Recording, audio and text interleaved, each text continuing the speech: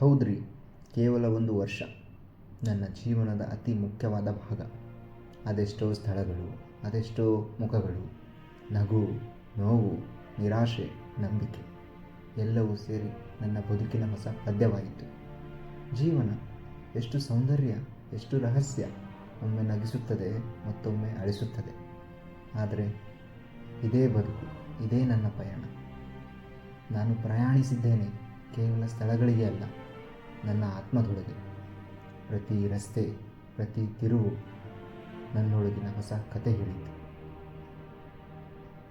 ಒಂಟಿಯಾಗಿ ರಸ್ತೆಗಳಲ್ಲಿ ಬೈಕ್ ಓಡಿಸುತ್ತಿದ್ದೆ. ಗಾಳಿ ಮುಖಕ್ಕೆ ತಾಕೋ ಕ್ಷಣ. ಬದುಕು ಅಂದರೆ ಗೆಲ್ಲೋದಲ್ಲ, ಬದುಕೋದು. ಪ್ರತಿಯೊಂದು ಕ್ಷಣವನ್ನು ಅನುಭವಿಸುವುದು. ನಾನು ಹೋದ ದಾರಿಗಳು ಸುಲಭವಿರಲಿಲ್ಲ. ಕೆಲವೆಡೆ ಬೆಳಕಿರಲಿಲ್ಲ, ಕೆಲವೆಡೆ ಜನ ಇರಲಿಲ್ಲ. ಆದರೆ ನನ್ನೊಳಗೆ ಒಂದು ನಂಬಿಕೆ ಇತ್ತು. ಒಮ್ಮೆ ಹಿಂತಿರುಗಿ ನೋಡಿದಾಗ ಆ ಹಳೆಯ ದಾರಿಗಳು, ಆ ಹಳೆಯ ನೆನಪುಗಳು ನನ್ನ ಕಥೆಯ ಬಣ್ಣಗಳಾಗಿವೆ.